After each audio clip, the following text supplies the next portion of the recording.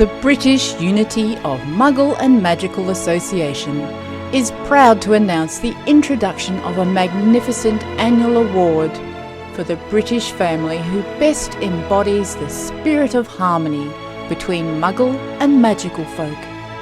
This first year's award goes to the unanimously nominated Dursley family for their dedication in raising the tragically orphaned Harry Potter. Harry was raised by the Dursleys in a cosy environment of fun and affection. Dudley Dursley, close friend and cousin, shared the rough and tumble of boyhood with Harry.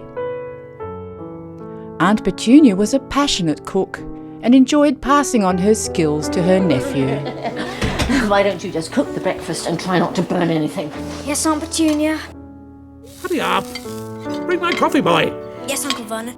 In spite of being surrounded by affection, Harry grew into a shy and reclusive boy who preferred his own company and was prone to talking to himself. It's my nephew. He's very disturbed. Meeting strangers upsets him. Vernon was even obliged to remove bars and locks, which Harry repeatedly installed on his bedroom to keep people out. Then, however, Harry discovered a burning desire to pursue a career as a performer.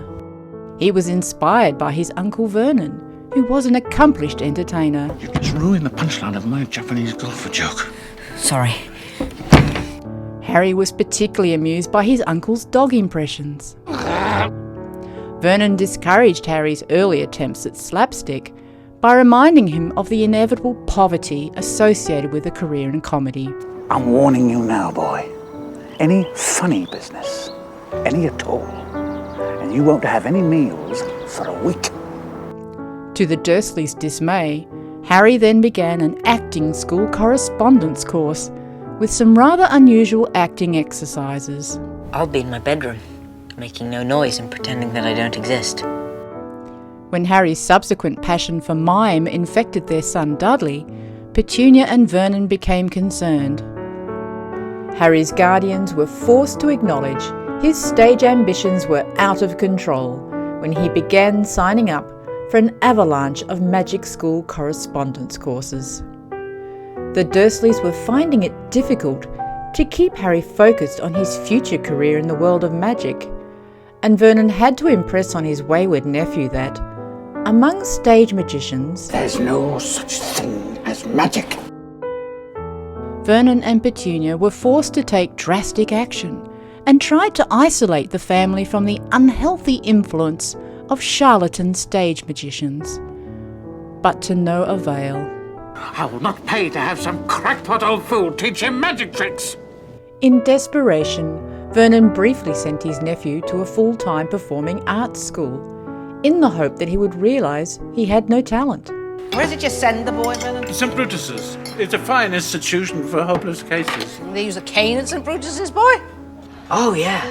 But instead, Harry developed a love of old hat and cane music hall routines, and like his hero Charlie Chaplin, began dressing as a tramp.